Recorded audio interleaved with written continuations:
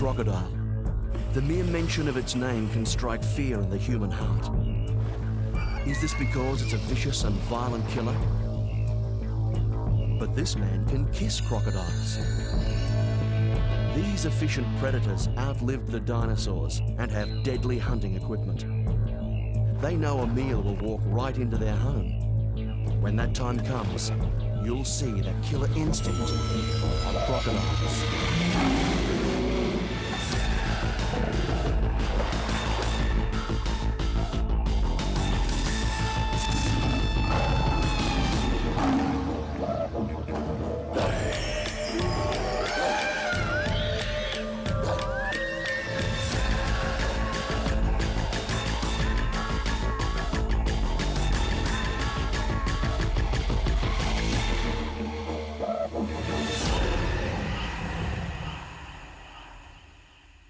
Many perceive the crocodile to be a monster, a throwback to the dinosaur age when savagery ruled the land. The animal's unpredictability a constant threat to human life. Rob Bredl will tell you nothing's further from the truth. In fact, crocodiles are almost totally predictable. Now, I've been playing with these creatures for 29 years every day. Now, very early in my piece, I discovered they operate on total instinct, which in turn makes them almost totally predictable. Hence, I'm still alive today. We're going on a journey with Rob to find out more about crocodiles by studying the Australian saltwater crocodile, the fiercest of them all. If you do get attacked, always keep a tree between you and the crocodile. Just remember that. Along the way, we'll discover we can live alongside this so-called monster. Just like its crocodilian cousins, the alligators, gavials, caiman, and other croc species, they've been the dominant predator in their habitat since the age of the dinosaurs more than 200 million years ago. Going barefooted, Rob Bredl has been catching animals like this since he was a young boy. He started Australia's first successful crocodile farm with his father.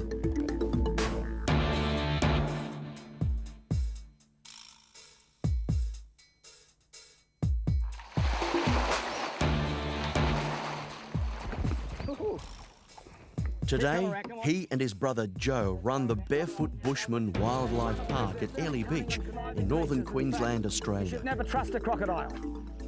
Now, if I put this bucket within range of his head, you'll see straight away he reacts to it. He wants people to share his love of the natural world, and he does this with an uncanny ability to handle the world's most dangerous animals. If I drop it right in front of his nose, then he has to have a look. He stresses all of his animals are in as natural a state as possible. None are drugged or tame. Come on, yes. I'll just drag him out the water a bit further for you.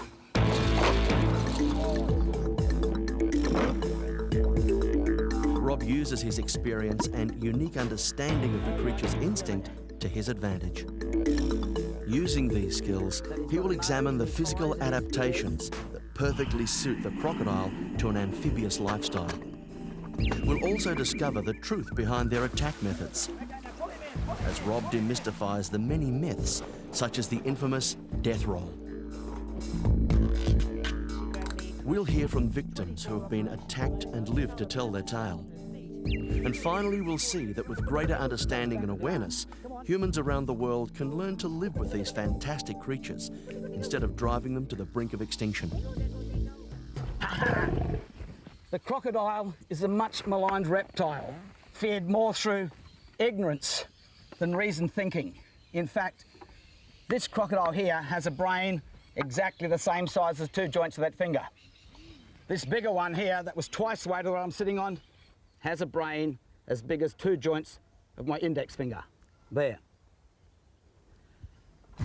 Now, it's not cunning or intelligence that's kept this animal alive since the age of the dinosaurs. It's just prehistoric instinct. That's all. Good enough. But how and why did these creatures survive conditions that killed off their cousins, the dinosaurs? I put it down to luck. Like the T-Rex, the crocodile is a reptile. But unlike the T-Rex, he didn't die out. He adapted to an aquatic environment. He's what I call the lucky animal. He lives in water, and just about everything on the planet has to drink. He can hold his breath for 3 hours too. And as soon as they put their nose in the water for a drink, bang, they're dead. Within this aquatic environment, crocodiles found two things they needed to survive: hospitable habitat and food. The ancient crocodilians simply needed to lie quietly beneath the water's edge and wait for the next meal to come for a drink.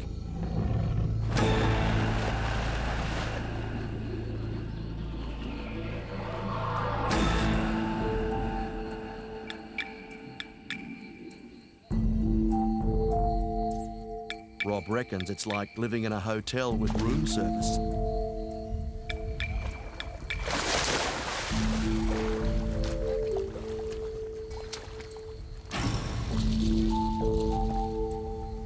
"23 different species of crocodile, alligator, caiman and gavial now inhabit our planet. Although all are carnivorous, each differs slightly in appearance and temperament. Their hunting methods are still very similar, adapted to the size of the prey. In fact, it is their differentiating diets that have helped create their primary distinguishing feature: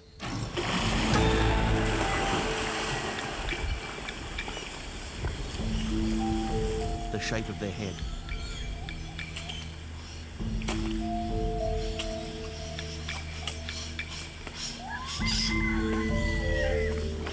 Crocodiles are recognised by a long, triangular snout, enabling capture of larger prey as they grow in size. If this one here was to actually bite you and take your head first, for argument's sake, and took your head into his throat, that's how you would look in his mouth. Just your legs would be hanging out of his mouth, and that's all. So he can eat the whole torso of a human in a single mouthful. Alligators and their close relatives, the caimans, have broad, flat and rounded snouts. The American alligator lives mainly in freshwater swamps and bayous, the Everglades of Florida. One of the most commonly asked questions is what tells the crocodile from the alligator? Well, basically alligators are just another kind of a crocodile, but it's this tooth here. In the alligator, this tooth here actually fits into a socket in the top jaw, so when his mouth is closed, you can't see that. Now, when he closes his mouth, you'll be able to see that tooth. But it's basically that tooth there that does it. When he closes his mouth, it's there, mate, you can have it if you want to.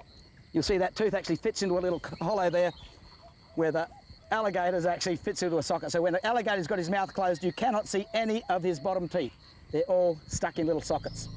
Yet out of all 23 crocodilian species, only 3 can be considered potential man-killers: the Indo-Pacific and the Nile crocodiles, and, to a lesser extent, the American alligator.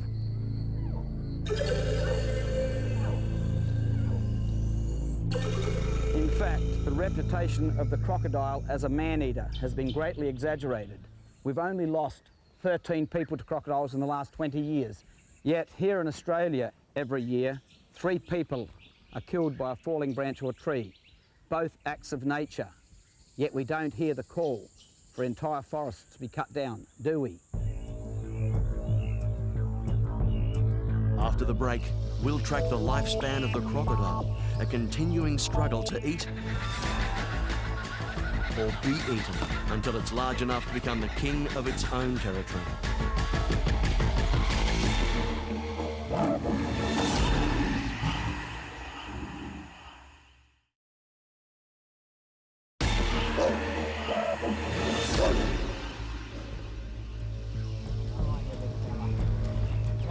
Out of all crocodilian species, the Indo-Pacific, better known as the Australian saltwater crocodile, is the largest and perhaps most fierce of them all.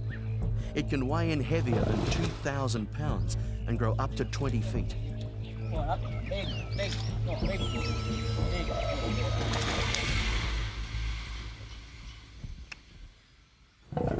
Hey, mate, go back. Size is possibly the biggest furphy about crocodiles. You always hear about the giant fellow.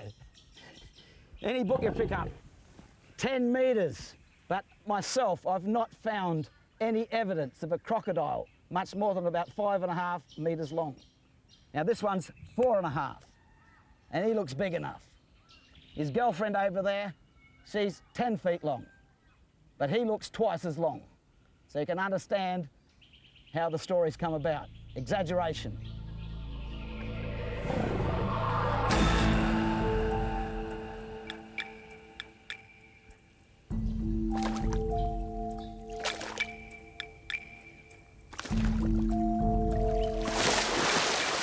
The truth is, the crocodile has no need to get any larger than 20 foot long. At this size, it's large enough to take the biggest of animals.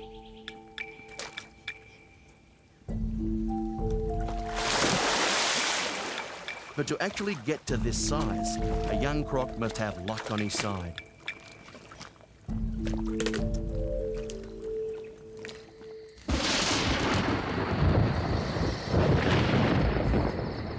Even before this gifted hunter hatches from an egg, it itself is the hunted. In November each year, as the big wet approaches, female crocodiles begin building their nests. Night after night she will build. 1 minute of activity will be followed by 5 minutes of rest. It's a slow process, but ultimately 2 to 3 tons of material will be scraped into a large mound.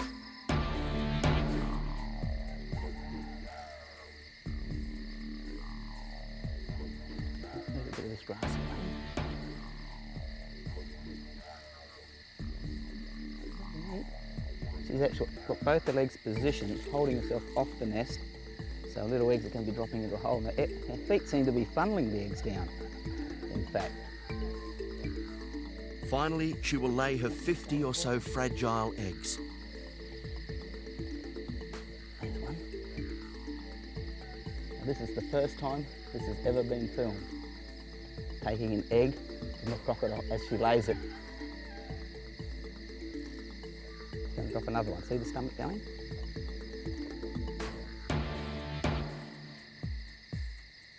From this moment, and throughout the 90 days of incubation, the nest is under threat.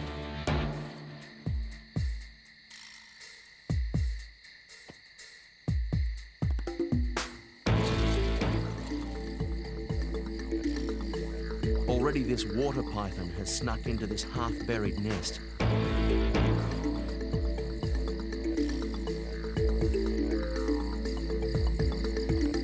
Quickly pounces on the few uncovered eggs, devouring them whole before being detected. Unfortunately, although his hunger has been satisfied, he's dawdled too long.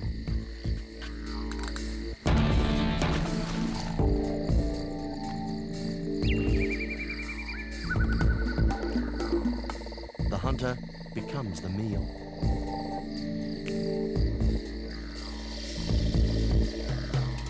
This mound is a crocodile's nest. Now, what puts the crocodiles apart from most other reptiles is their maternal instinct. Now, it was once believed that crocodiles actually ate their young, but that's not true. They actually dig the eggs out, crush them if they can't get out, and carry the young to the water. They've got a very strong maternal instinct. Now, this girl can't see me, I'm on this side of the nest, but I'm going to poke my head up, and you'll see. Hello, sweetheart. There she comes, see? Yes, yes. Nothing attracts a croc's attention faster than the sound of its young. These jaws of death instantly become jaws of life, now used to transport young to water. Unfortunately, a mother's clumsiness on land can hurt her cause. Although they remain near their hatchlings for several months, the parents can't offer total protection. It's this stage in life when the young croc experiences what it is like to be prey. Birds, large fish and snakes are now the feared enemy. It's a natural selection process that weeds out the weaker crocs.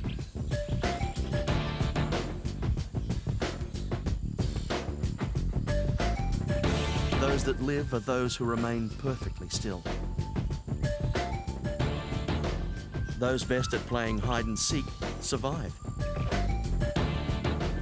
It's this behaviour or instinct for self-preservation that will someday become a hunting skill.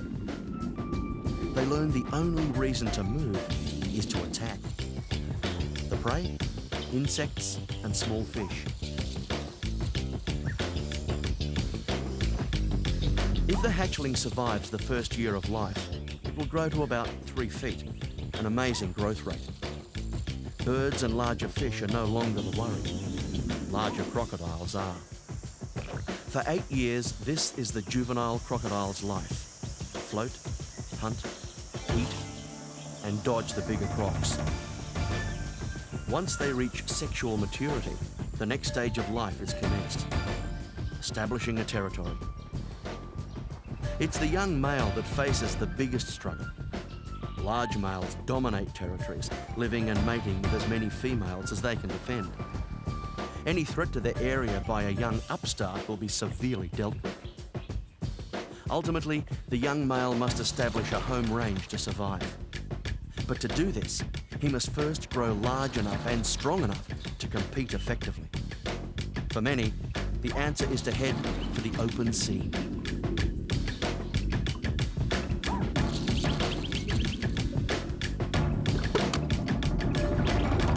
Young crocs can travel for hundreds of kilometres along the coastline, looking for a permanent home, but they have to return to fresh water to stay alive. Every time he does, he faces challenges from other crocodiles, until finally one day he finds a territory of his own. Ain't that right?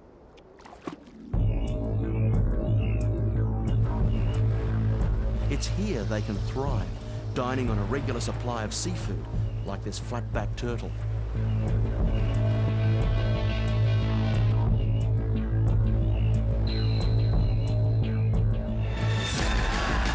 Next, the physical armory crocodiles take into battle.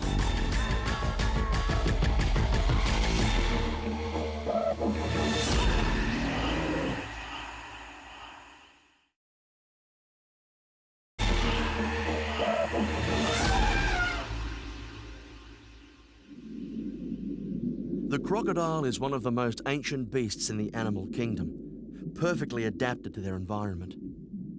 There's no doubt about it. The crocodile's the top of the food chain. He's the king of the river. While I've been sitting here, Brian has positioned himself right here where he thinks I'm going to take a drink. Now, even though he's close enough to rip the head off, his brain won't let him do that. He's got to wait for me to get within range. If I splash over there, you'll see nothing happens.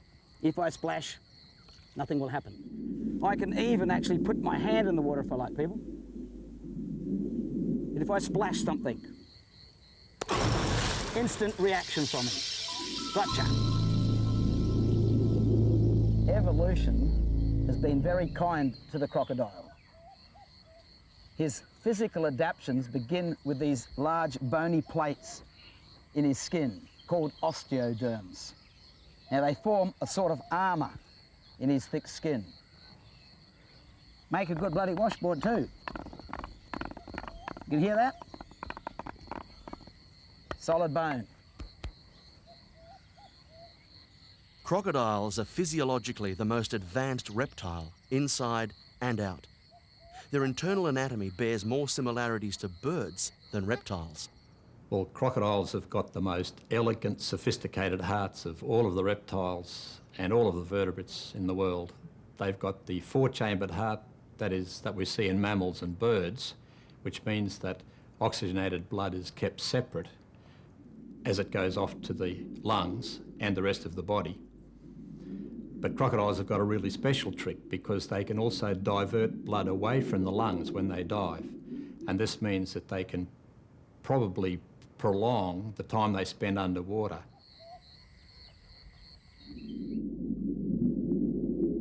big crocodiles can hold their breath for a long time. I personally reckon about 3 hours, because one big one I caught was underwater for an hour and a half towing the boat. But strangely enough, if they get caught in a fisherman's net, they panic. They can drown in minutes.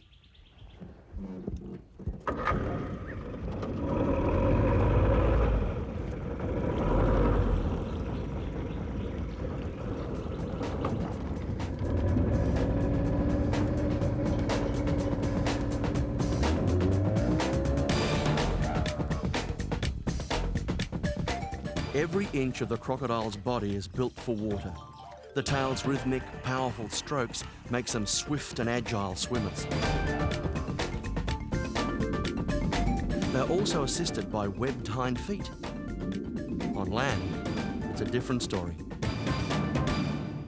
Probably the worst misconception about crocodiles is the fact that they can run fast over a short distance. 50 metres faster than a horse. Ta-ta! Come on. Come on, yes, come on. Come on. Come on, yes, come on. Come on, yes. Come on. Come on, come on, you can do it. Come on. Come on. Come on. Come on, yes, come on. Come on. Come on, come on. Come The on. truth is, the bigger this animal gets, the more slow and clumsy they become on land. 3 metres. A big croc's movement is laboured on solid ground, restricting them to walk only short distances before needing a rest. Come on. Kachanka. Here I am, come on, you can come back in, come on. Come on, come on. Come on, yes, come on. Come on. I mean, really, with legs like that, and a body like that, and a tail dragging behind him, does he really look like he can run fast? In the water, the crocodile becomes an awesome hunting machine. Its greatest asset is the ability to remain almost totally submerged, camouflaged for ambush. Only the eyes, ears, and nostrils are left above the surface. Each are located on top of the head. The eyes are close set and face forward, providing binocular vision similar to a human's. The nostrils not only provide air to breathe, but give the croc an incredibly complex sense of smell. And the ears. Crocs are capable of hearing high and low-pitched noises outside the human sound spectrum. They can pinpoint the location of potential prey by hearing alone, aided by small, pressure-sensitive pores on their skin. Underwater, a third see-through eyelid acts like a pair of swim goggles. For smaller crocodiles like freshwater crocs and alligators, this is an extremely valuable tool in the hunt for fish and crustaceans. But for the big boys like this salty, it helps them maneuver right to the point of attack. This is where they unleash their most powerful weapon, their trap-like jaws. A croc needs powerful jaws to hunt big game. Their jaw muscles are designed to exude at least 1 ton pressure per square inch. This is a trap few can escape.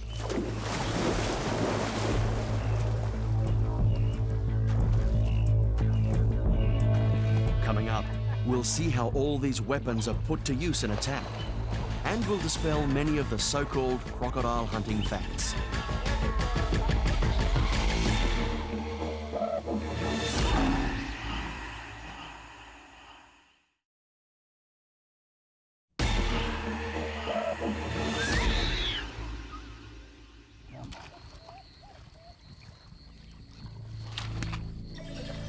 Since earliest man, crocodiles have been the source of stories, myths, and legends.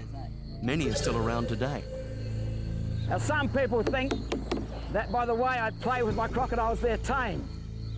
But what I'm going to show you here is what happens if I was to fall over. A crocodile attack is one of the most sudden and violent events to be witnessed in the animal kingdom.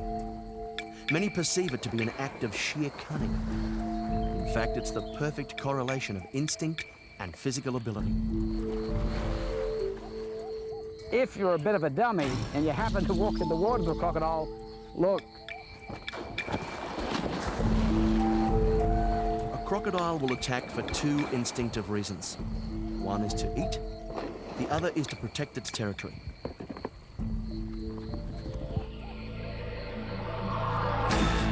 As they say, it's the croc you don't see that will kill you.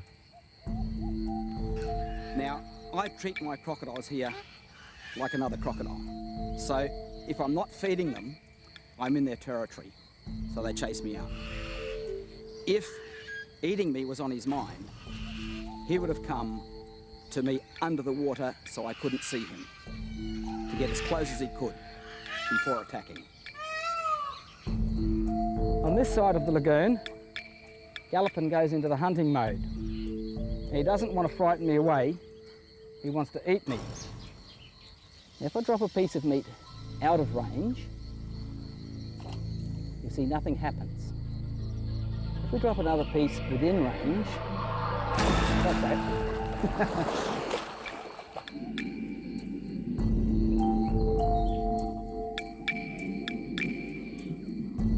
But a crocodile does not chase away potential meals. This would be counter to their primary and instinctive hunting strategic, the element of surprise. This wild pig has just entered a croc's territory. Although wary, the lurking crocodile has noted its presence. The perfectly camouflaged hunter calmly sinks below the surface, making little more than a ripple. It methodically approaches, using its third eyelid to navigate and position. If visibility is poor, the croc will slowly rise for another pig. This may be the only chance the pig has to see what's coming and flee. Once the croc resubmerges, it will then use its hearing and those pressure-sensitive skin pores to detect vibrations. Now, the odds are stacked in its favour. It's a waiting game. If the pig gets within the croc's strike range, it will die.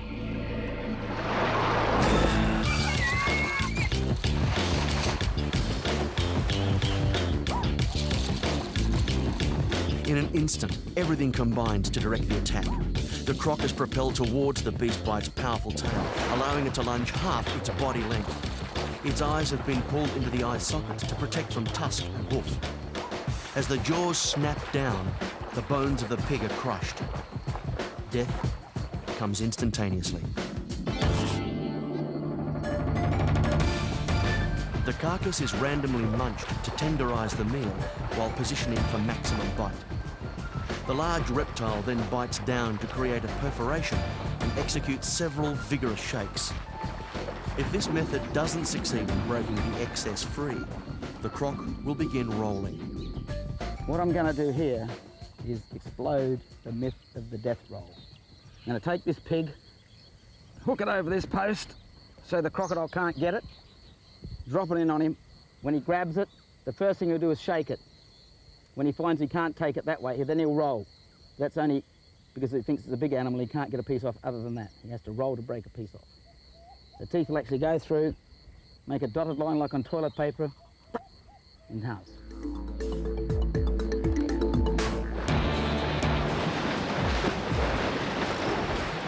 See a shake at it first? Oh, you took the head clean off, I think you did.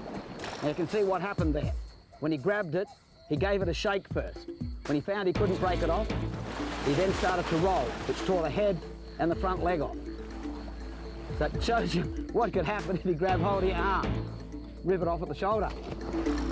Yes, go on, get it. There he goes. There you saw the shake, couldn't get it, then he went in the real roll. And you see, fair in halves, the pig's clean in halves. Pulled that post out of the ground. Imagine if that was your arm or your leg. Here he is. Now you can see, he's got a piece in his mouth about as big as his head, and that lasts him a week or so.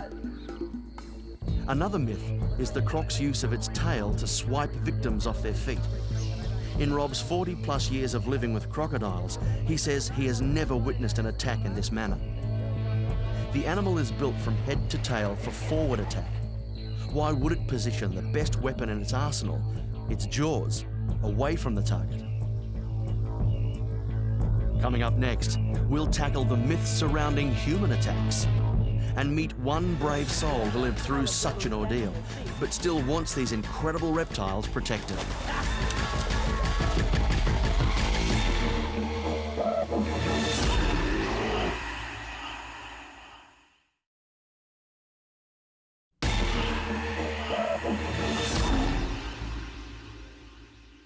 Working with crocodiles on a daily basis, Rob Bredl says you learn how to read the reptile, know their strengths and weaknesses. You might He know has it's to, almost got into his mouth. otherwise Get his him out of next the show water, could people. be his last. Come on. Rob admits it's a bit of showmanship, a bit of excitement for the tourists, but it's all done to demonstrate that once you learn this animal's instincts, you can predict its behaviour. You might notice if I put it in his mouth, though, he'll crush it rather gentle because it's dead. There's no reason to kill it. Yet there are still many among us that believe every crocodile is a potential man-eater. This simply isn't true. You just have to look at the statistics. In all non-fatal and fatal attacks in Australia in recorded history, all attacks happened in the water. And they were struck by crocodiles of this size or larger. Hannibal, around 4 metres long. Okay, fella.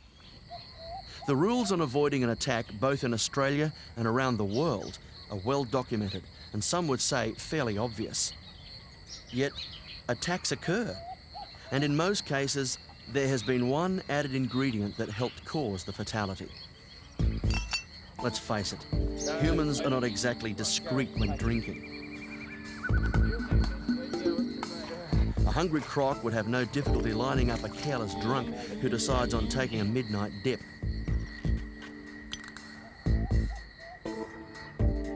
In most cases, bystanders hardly knew the attack had even occurred. It's a simple case of humans not respecting this magnificent reptile and its environment.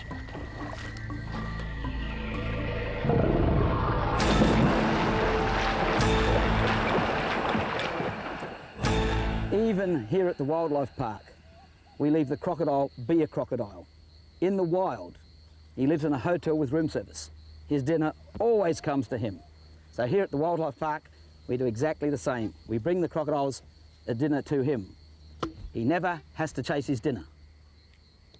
Good boy. Unfortunately, this plan only works if we stay out of the water. This is Rob Bredl's niece, Carla. On one wet and fateful day, she learned firsthand what it's like to be taken by a croc. She wandered up to here, near this tree, and she actually just jumped down. And I said to everyone, look, here's the pussycat of crocodiles. If there's any crocodile, Solomon's the pussycat of crocodiles. He came around. As he did that, she sort of slipped over on a bump. But then he grabbed me on my left leg, on the upper thigh, and picked me up and carried me into the water. He dragged her into the pool. Come on. Into this little pool here. And as I'm going into the water with him, I yelled out, help, Dad, help, Dad, Dad, help, you know. I jumped over and grabbed her by the upper arm and I started to bash Solomon with the rake. So he grabbed her on her arm as she got into the water around the shoulders, and as Solomon was there, he actually bashed him in the head like that with a stick a couple of times and actually let her go. Before Dad could pull me out, he grabbed me on my pelvis area, and that's where I heard my pelvis go crack, and so I went, ugh. So he took the wind out of me, and then he started shaking me, and he only shook me a few times and took me right under the water. He then, after a minute or two, let her leg go. But before I could pull her clear, he actually grabbed her by the pelvis and went crunch, and Carla let out a big groan at that time. And then he shook her once, shook her a second time, and by that time Joe thought that if he shakes her a third time, she'd be dead. So I threw the rake away and jumped across on his back and put my thumbs into his eyes. When I did that, Solomon let Carla go immediately and actually sank to the bottom of the pond. I pulled myself up out of the pond to my waist area because I couldn't feel my legs, and in my mind I thought if I kick my legs, that's what attracts crocodiles, so that's a bad omen. I remember asking her whether he still had her, And she said she didn't know because she couldn't feel anything, but when I worked out the distance between where her legs were and where I was holding his head, that he couldn't have had her anymore. So I then stopped wriggling my thumbs in his eyes.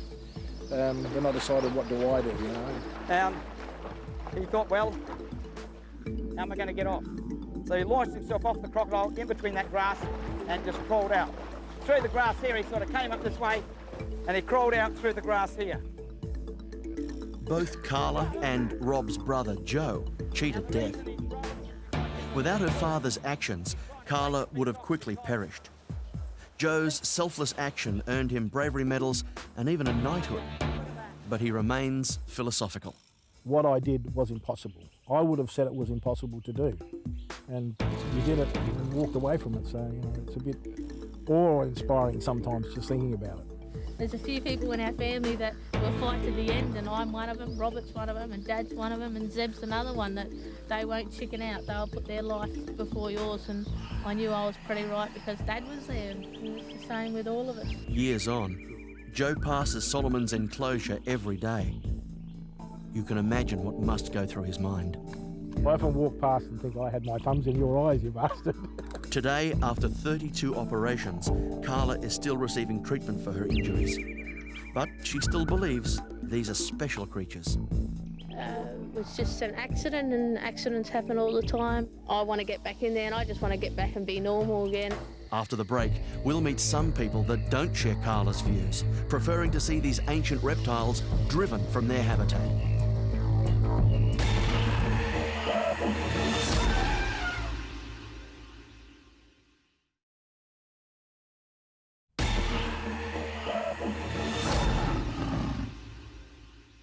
All around the world, crocodilians are in trouble. Traditionally, they've been hunted for food, their hides, and even their musk glands are extracted to manufacture perfume. But today, their biggest threat is the loss of habitat. Hopefully we're learning from our mistakes, because by the 1970s, we'd just about shot them to extinction.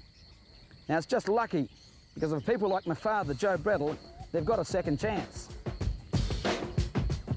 Rob and his father, Joe Sr., started the first crocodile farm in Australia in the early 1970s on the Edward River. From a few captured crocs, they bred thousands. Some they farmed, some they kept for breeding stock, but many were released back into the wild to restock depleted river systems and estuaries. A similar program was occurring in the United States to rejuvenate the American alligator population. In both cases, it took less than a decade to see a massive jump in numbers. Yet, despite these actions, these two species are still in trouble.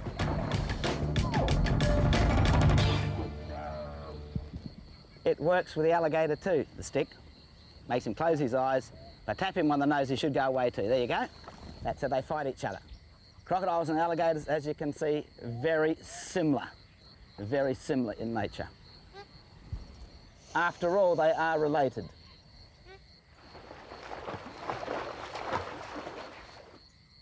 Now you can't really sit on an alligator like I do with a crocodile. He's not 3.5 metres long. And I'd come away looking like this.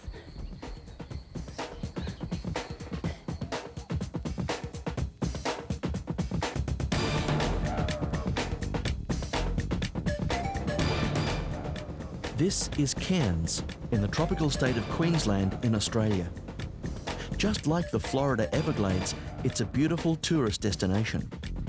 From here, you can visit the World Heritage listed rainforest or snorkel the Great Barrier Reef. With a growing tourism industry, Cairns is one of Australia's fastest growing cities. However, this rapid development is serving to dethrone the king of these waters. As humans and industry move in, government agencies are put under pressure to move the crocs out. It's forced the local Environment Authority to trial a crocodile removal program. And if that door just slides down, just watch this, I'll show you. Their aim?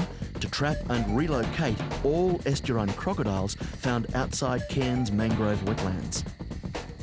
It seems programs like this are becoming worldwide practice. In Florida, there have been only 10 fatal alligator attacks in more than 50 years. Yet, the alligator is also being removed. Only time will tell if programs like these are successful, but the question must be asked, where will it end?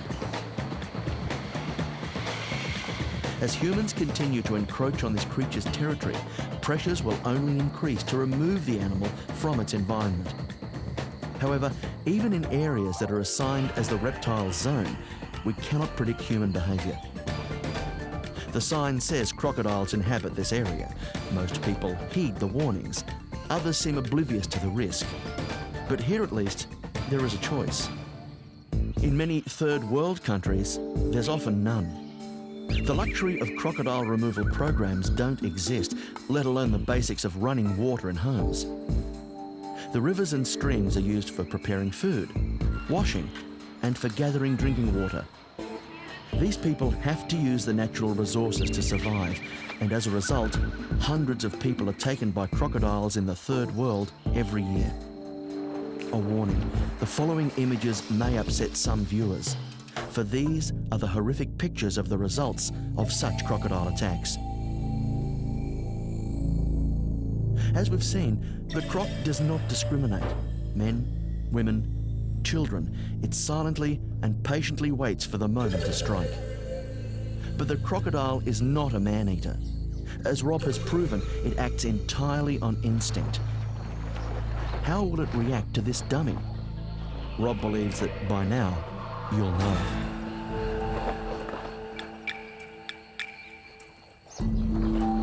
Remember, the crocodile is merely using nature's design for survival. It's when we wander into its territory, we are more likely to participate in a cycle that's existed for millions of years. Next, we'll see why crocodilians are so important to the health of our planet's waterways.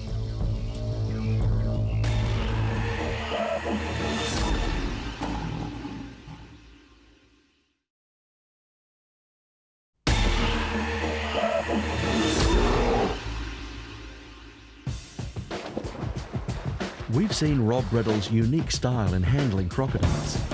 He shuns the word expert. He prefers to call himself a student of life. He actually learns from his creatures every day. Like the day he put 1 foot wrong in his croc show. A tourist caught Rob's close encounter on home video.